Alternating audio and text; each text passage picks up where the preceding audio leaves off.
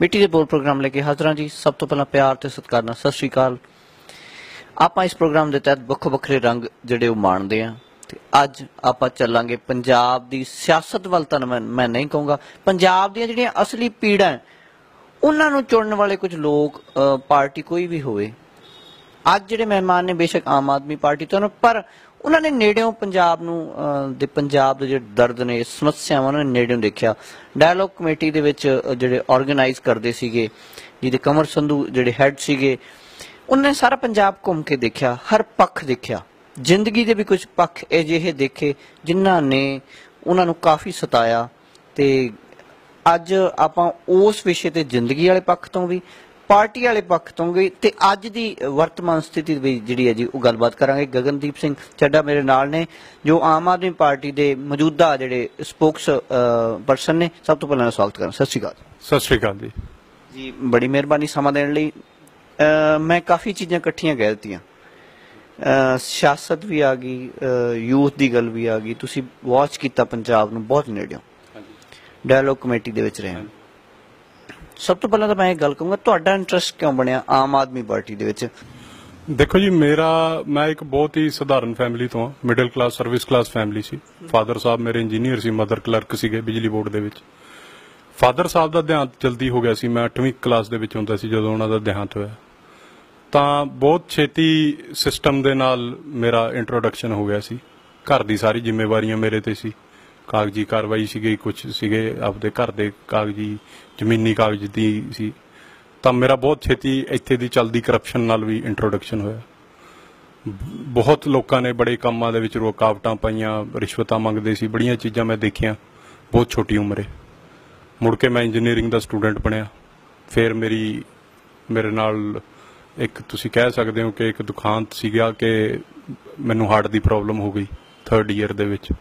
ਤੇ ਇਲਾਜ ਵਾਸਤੇ ਇੱਥੇ ਕੋਈ ਉਮਦਾ ਇੰਤਜ਼ਾਮ ਹੈ ਨਹੀਂ ਸੀ ਪੰਜਾਬ ਦੇ ਵਿੱਚ। ਇੱਥੇ ਦੇ ਸਰਕਾਰੀ ਹਸਪਤਾਲਾਂ ਤੱਕ ਵੀ ਗਏ, ਉਹਨਾਂ ਨੇ ਵੀ ਕਿਹਾ ਕਿ ਇਸ ਤਰ੍ਹਾਂ ਦਾ ਇਲਾਜ ਸਾਡੇ ਕੋਲ ਅਵੇਲੇਬਲ ਨਹੀਂ ਹੈ। ਤਾਂ ਉਸ ਚੀਜ਼ ਵਾਸਤੇ ਮੈਨੂੰ ਦਿੱਲੀ ਜਾ ਕੇ ਏਮਸ ਦੇ ਵਿੱਚ ਐਡਮਿਟ ਹੋਣਾ ਪਿਆ। ਮਹੀਨਾ ਪਹਿਲਾਂ ਮੈਂ ਉੱਥੇ ਮੇਰੀ ਸਰਜਰੀਜ਼ ਵਗੈਰਾ ਹੋਈਆਂ। ਫਿਰ ਮੈਂ ਵਾਪਸ ਆ ਕੇ ਸਾਲ ਬੈੱਡ ਰੈਸਟ 'ਤੇ ਵੀ ਰਿਹਾ।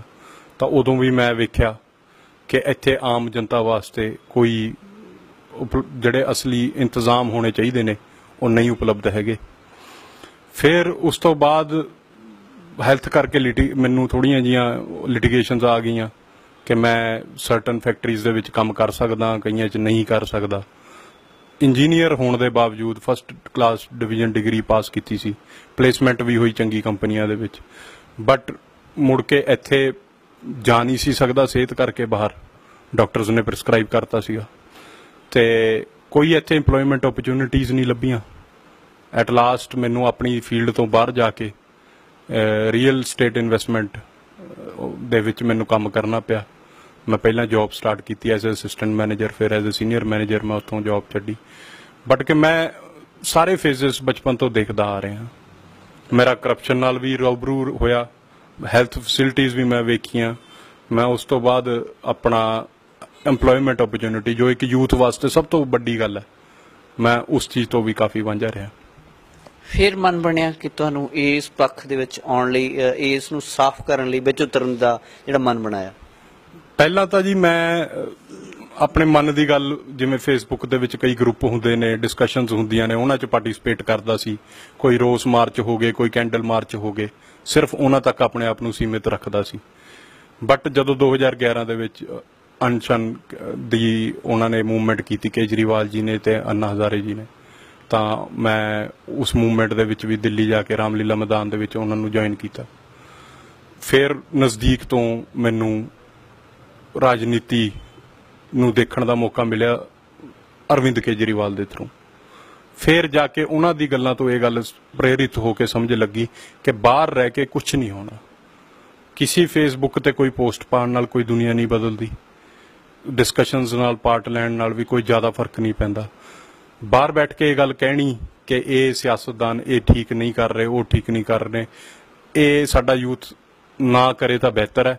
ਆਪ ਉਤਰੇਗਾ ਤਾਂ ਹੀ ਕੋਈ ਹੱਲ ਕਰ ਪਾਏਗਾ। ਤਾਂ ਉਸ ਚੀਜ਼ ਨੇ ਬਹੁਤ ਪ੍ਰੇਰਿਤ ਕੀਤਾ। ਫਿਰ ਜਦੋਂ ਆਮ ਆਦਮੀ ਪਾਰਟੀ ਪੰਜਾਬ ਦੇ ਵਿੱਚ ਆਪਣਾ ਉਹਨਾਂ ਨੇ ਸ਼ੁਰੂ ਕੀਤਾ ਸਾਰਾ ਅੰਦੋਲਨ, ਤਾਂ ਫਿਰ ਮੈਂ ਉਸ ਚੀਜ਼ ਦਾ ਪਾਰਟ ਬਣਿਆ।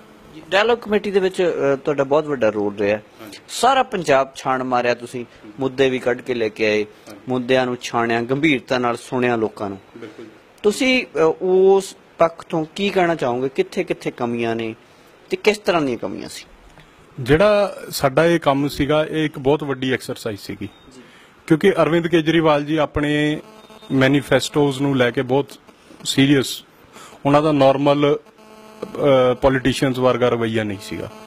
ਉਹ ਇਹ ਚਾਹੁੰਦੇ ਸੀ ਕਿ ਕੱਲੀ ਜਗ੍ਹਾ ਤੁਸੀਂ ਵਿਜ਼ਿਟ ਕਰੋ, ਹਰ ਚੀਜ਼ ਨੂੰ ਚੰਗੀ ਤਰ੍ਹਾਂ ਸਟੱਡੀ ਕਰੋ, ਸਹੀ ਫੈਕਟਸ ਤੇ ਲੈ ਕੇ ਆਓ ਤੇ ਉਹਨਾਂ ਦੇ ਕੀ ਪੋਸੀਬਲ ਹੱਲ ਨੇ। ਉਹ ਇਹ ਮੰਨਦੇ ਨੇ ਕਿ ਇਹ ਚੀਜ਼ਾਂ ਦੇ ਫੈਸਲੇ ਏਸੀ ਵਾਲੇ ਕਮਰਿਆਂ 'ਚ ਬਹਿ ਕੇ ਨਹੀਂ ਕੀਤੇ ਜਾ ਸਕਦੇ, ਤੁਹਾਨੂੰ ਗਰਾਊਂਡ ਤੇ ਜਾਣਾ ਪਊਗਾ, ਤੁਹਾਨੂੰ ਲੋਕਾਂ ਨੂੰ ਪੁੱਛਣਾ ਪਊਗਾ ਕਿ ਇਹਦਾ ਹੱਲ ਕੀ ਹੈ। ਤਾਂ ਉਸ ਚੀਜ਼ ਵਾਸਤੇ ਅਸੀਂ ਮਤਲਬ ਜਦੋਂ ਅਸੀਂ ਯੂਥ ਦਾ ਬਣਾ ਰਹੇ ਸੀਗੇ ਮੈਨੀਫੈਸਟੋ, ਤਾਂ ਉਹਦੇ ਵਾਸਤੇ ਅਸੀਂ ਕਈ ਕਾਲਜ ਵਿਜ਼ਿਟ ਕੀਤੇ, ਅਸੀਂ ਕਈ ITIs ਵਿਜ਼ਿਟ ਕੀਤੀਆਂ, ਸਰਕਾਰੀ ਸਕੂਲ ਪਿੰਡਾਂ ਦੇ ਵਿਜ਼ਿਟ ਕੀਤੇ, ਕਈ ਕਲੱਬ ਜਿਹੜੇ ਪਿੰਡਾਂ ਦੇ ਵਿੱਚ ਚੱਲ ਰਹੇ ਨੇ, ਖੇਡਾਂ ਦੇ ਕਲੱਬ ਹੁੰਦੇ ਆ, ਯੂਥ ਦੇ ਕਲੱਬ ਹੁੰਦੇ ਆ, ਉਹਨਾਂ ਨੂੰ ਵਿਜ਼ਿਟ ਕੀਤਾ, ਉਹਨਾਂ ਦੀਆਂ ਡਿਮਾਂਡ ਸਮਝੀਆਂ ਕਿ ਕੀ ਕਹਿਣਾ ਚਾਹੁੰਦੇ ਆ, ਯੂਥ ਕੀ ਚਾਹੁੰਦਾ, ਇੰਪਲੋਇਮੈਂਟ ਓਪਰਚੁਨਿਟੀਜ਼ ਦੀ ਗੱਲ ਕੀਤੀ, ਫੈਕਟਰੀਜ਼ ਵਗੈਰਾ ਦੇਖੀਆਂ ਕੀ ਅੱਜ ਦੀ ਡੇਟ 'ਚ ਅਵੇਲੇਬਲ ਹੈ।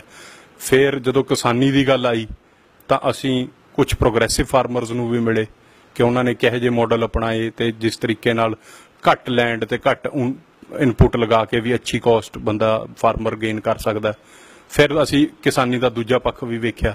ਅਸੀਂ ਸੁਸਾਈਡ ਫਾਰਮਰਸ ਮਾਨਸਾ ਬੈਲਟ ਦੇ ਵਿੱਚ ਸਭ ਤੋਂ ਜ਼ਿਆਦਾ, ਉਹ ਸਾਨੂੰ ਬਹੁਤ ਹੀ ਮੇਰਾ ਦਿਲ ਭਰ ਜਾਂਦਾ ਜਦੋਂ ਮੈਂ ਯਾਦ ਕਰਦਾ। ਇੱਕ ਅਚਾਨਕ ਪਿੰਡ ਹੈ ਮਾਨਸਾ ਦੇ ਵਿੱਚ, ਉੱਥੇ ਅਸੀਂ ਉਹਨਾਂ ਦੀ ਫੈਮਿਲੀ ਕੋਲ ਗਏ, ਫਾਰਮਰ ਦੀ ਸੁਸਾਈਡ ਕਰ ਲਿਆ ਸੀ ਉਹਨੇ ਸਾਲ ਪਹਿਲਾਂ।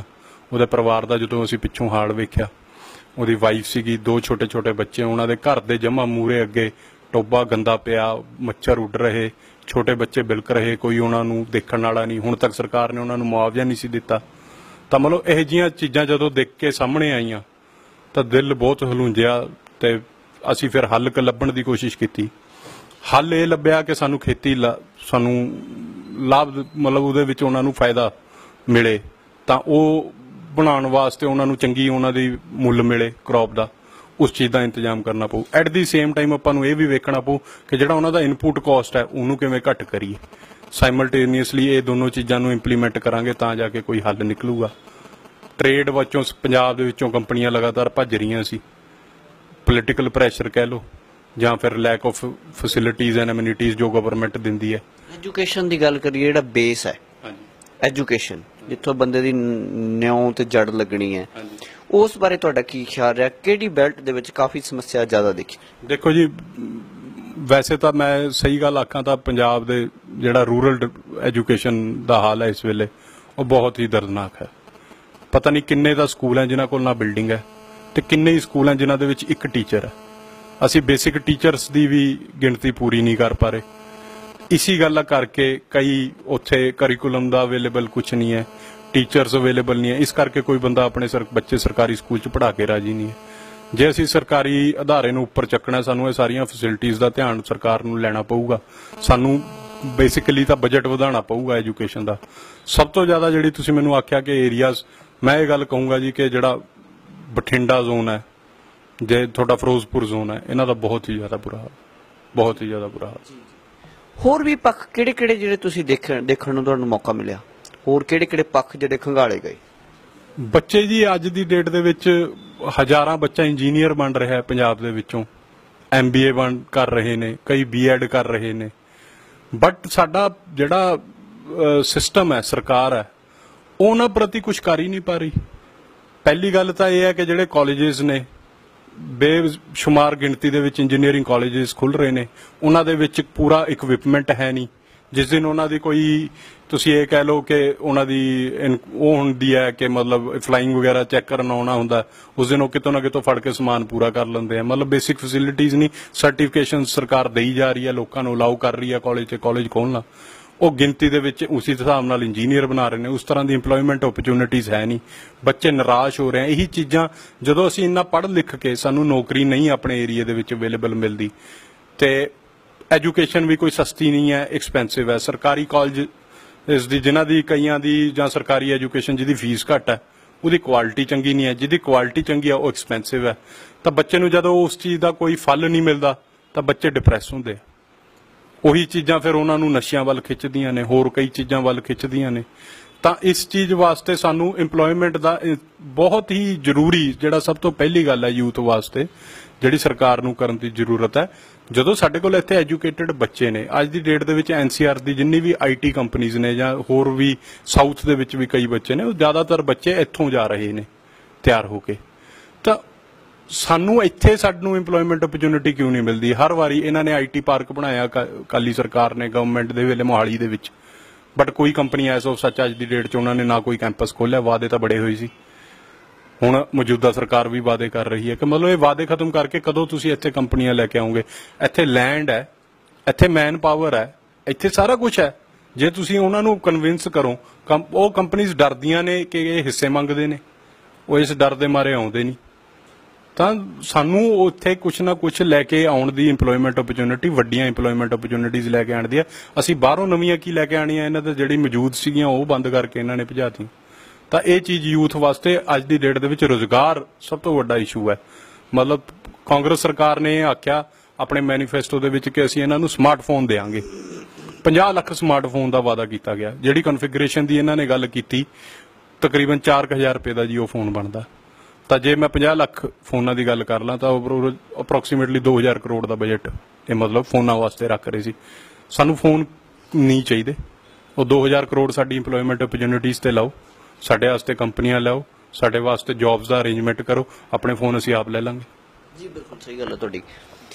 ਪਾਰਟੀ ਇੱਕ ਵਾਰੀ ਕਾਂਗਰਸ ਦਾ ਗ੍ਰਾਫ ਉੱਪਰ ਆਇਆ, ਸਰਕਾਰ ਬਣ ਗਈ, ਤੁਹਾਡੀ ਪਾਰਟੀ ਦੂਜੇ ਨੰਬਰ ਤੇ ਚਲੀ ਗਈ। ਹੁਣ ਪਾਰਟੀ ਦੀ ਕੀ ਸਥਿਤੀ ਦੇਖਦੇ ਹੋ ਪੰਜਾਬ ਦੇ ਵਿੱਚ? ਦੇਖੋ ਜੀ, ਚਾਹੇ ਮਤਲਬ ਰਿਜ਼ਲਟਸ ਨੇ, ਅਸੀਂ ਰਿਜ਼ਲਟਸ ਜੋ ਆਏ ਨੇ ਇਲੈਕਸ਼ਨ ਦੇ ਅਸੀਂ ਪੂਰਾ ਆਦਰ ਕਰਦੇ ਹਾਂ। ਜੋ ਜਨਤਾ ਦਾ ਫੈਸਲਾ ਉਹ ਸਾਡੇ ਸਿਰ ਮੱਥੇ ਹੈ।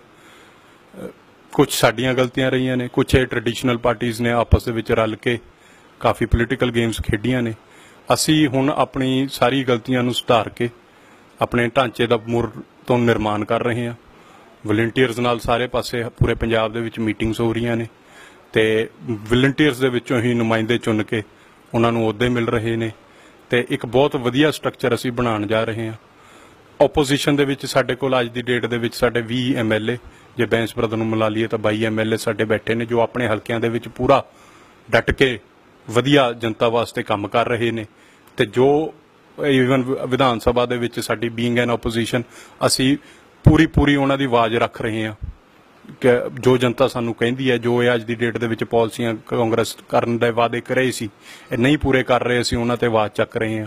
ਤਾਂ ਅਸੀਂ ਆਪਣੇ ਵੱਲੋਂ ਓਪੋਜੀਸ਼ਨ ਦਾ ਰੋਲ ਵੀ ਵਧੀਆ ਨਿਭਾ ਰਹੇ ਹਾਂ ਤੇ ਆਉਣ ਵਾਲੇ ਟਾਈਮ ਦੇ ਵਿੱਚ ਤੁਸੀਂ ਵੇਖੋਗੇ ਕਿ ਸਲੋਲੀ ਅਸੀਂ ਵਾਪਸ ਉਸੇ ਥਾਂ ਤੇ ਪਹੁੰਚ ਜਾਵਾਂਗੇ ਜਿੱਥੇ ਅਸੀਂ ਪਹਿਲਾਂ ਵੀ ਖੜੇ ਸੀ।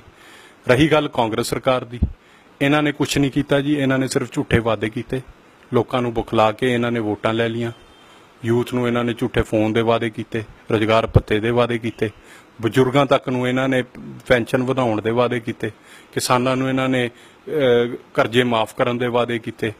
ਮੈਂ ਇਹ ਗੱਲ ਪੁੱਛਣਾ ਚਾਹੁੰਦਾ ਕਿ ਜੇ ਇਹਨਾਂ ਕੋਲ ਇਸ ਤਰ੍ਹਾਂ ਦੀ ਪਲੈਨਿੰਗ ਨਹੀਂ ਸੀ ਕਿ ਉਹ ਇਹ ਕਹਿੰਦੇ ਆ ਕਿ ਸਾਨੂੰ ਹੁਣ ਆ ਕੇ ਪਤਾ ਚੱਲ ਰਿਹਾ ਕਿ ਖਜ਼ਾਨੇ ਖਾਲੀ ਨੇ, ਅਸੀਂ ਕੀ ਕਰੀਏ। ਜਿਹੜੇ ਵਿੱਤ ਮੰਤਰੀ ਅੱਜ ਲੱਗੇ ਹੋਏ ਨੇ ਸਾਡੇ, ਇਹ ਮਨਪ੍ਰੀਤ ਬਾਦਲ ਜੀ, ਉਹ ਐਕਸਪੀਰੀਅੰਸਡ ਬੰਦੇ ਨੇ, ਉਹ ਪਹਿਲਾਂ ਵੀ ਫਾਈਨੈਂਸ ਮਿਨਿਸਟਰੀ ਦੇਖ ਚੁੱਕੇ ਨੇ ਕਿ ਉਹਨਾਂ ਨੂੰ ਅੰਦਾਜ਼ਾ ਨਹੀਂ ਸੀ ਕਿ ਇਸ ਵੇਲੇ ਪੰਜਾਬ ਦੇ ਕੀ ਹਾਲਾਤ ਨੇ। ਤੇ ਜਦੋਂ ਮੈਨੀਫੈਸਟੋ ਬਣ ਰਿਹਾ ਸੀ, ਹੀ ਵਾਸ ਪਾਰਟ ਆਫ ਦੈਟ ਜਿਹੜੀ ਉਹਨਾਂ ਦੀ ਕਮੇਟੀ ਸੀਗੀ, ਤਾਂ ਉਹਨਾਂ ਨੂੰ ਇਹ ਨਹੀਂ ਸੀ ਸਮਝ ਆ ਰਹੀ ਕਿ ਕਿਸ ਤਰ੍ਹਾਂ ਦੇ ਅਸੀਂ ਕਲੇਮਸ ਫਾਈਨੈਂਸ਼ੀਅਲ ਕੋਈ ਇਹਨਾਂ ਨੇ ਵਰਕਆਊਟ ਨਹੀਂ ਸੀ ਕੀਤਾ ਕਿ ਸਿਰਫ ਐਂ ਇੱਕ ਰਾਤ ਬੈਠ ਕੇ ਇੱਕ ਮੈਨੀਫੈਸਟੋ ਤਿਆਰ ਕਰਕੇ ਜਾਰੀ ਕਰਤਾ ਤੇ ਲੋਕਾਂ ਦੇ ਵਿੱਚ ਉਹਨਾਂ ਨੂੰ ਤੁਸੀਂ ਗੁੰਮਰਾਹ ਕੀਤਾ। ਇਹ ਸਵਾਲ ਨੇ, ਬਟ ਲੋਕ ਛੇਤੀ ਜਵਾਬ ਦੇ ਦੇਣਗੇ ਕਿਉਂਕਿ ਇਹਨਾਂ ਦਾ ਵਾਅਦਾ ਕੋਈ ਨਹੀਂ ਪੂਰਾ ਹੋ ਰਿਹਾ ਜੀ। ਯੂਥ ਦੀ ਗੱਲ ਕਰੀਏ, ਯੂਥ ਰੁਜ਼ਗਾਰ ਤੋਂ ਵੀ ਵਾਂਝਾ ਹੈ, ਹੋਰ ਪੱਖਾਂ ਤੋਂ ਵੀ ਸਮੱਸਿਆਵਾਂ ਆ ਰਹੀਆਂ। ਤੁਸੀਂ ਯੂਥ ਦੇ ਪੱਖ ਤੇ ਕੀ ਕਹਿਣਾ ਚਾਹੋਗੇ? ਦੇਖੋ ਜੀ, ਮੈਂ ਇਹ ਗੱਲ ਕਹਿਣਾ ਚਾਹੁੰਦਾ ਕਿ ਸਾਨੂੰ ਯੂਥ ਨੂੰ ਫੋਕਸਡ ਰੱਖਣਾ ਪਊਗਾ। ਯੂਥ ਫੋਕਸ ਤਾਂ ਹੋ ਸਕਦਾ ਹੈ ਜੇ ਉਹਦੇ ਉਮਦਾ ਐਜੂਕੇਸ਼ਨ ਦਾ ਇੰਤਜ਼ਾਮ ਹੈ। ਇੱਕ ਬੱਚੇ ਤੋਂ ਯੂਥ ਬਣਦਾ, ਉਹਦੀ ਐਜੂਕੇਸ਼ਨ ਅੱਛੀ ਹੋਏਗੀ ਤਾਂ ਹੀ ਉਹ ਇੱਕ ਅੱਛੀ ਯੂਥ ਦੀ ਆਪਣੀ ਏਜ ਬਤਾ ਸਕੇਗਾ। ਤਾਂ ਸਭ ਤੋਂ ਪਹਿਲਾਂ ਤਾਂ ਐਜੂਕੇਸ਼ਨ ਤੇ ਕੰਮ ਕਰਨ ਦੀ ਜ਼ਰੂਰਤ ਹੈ। ਐਜੂਕੇਸ਼ਨ ਨੂੰ ਇੰਪਰੂਵ ਕਰੀਏ, ਐਜੂਕੇਸ਼ਨ ਦੇ ਢਾਂਚੇ ਨੂੰ ਇੰਪਰੂਵ ਕਰੀਏ। फिर उस तो बाद जदों असीं नैक्सट गल आ जाती है कि इंपलॉयमेंट का इंतजाम करिए। ये बेसिक चीज़ां ने, एजुकेशन ते इंपलॉयमेंट। सैकेंडरी चीज़ां दे विच आ जाणगीआं उन्हां दा एंटरटेनमेंट, उन्हां दी खेडां दा, ग्राउंडां दा इंतजाम।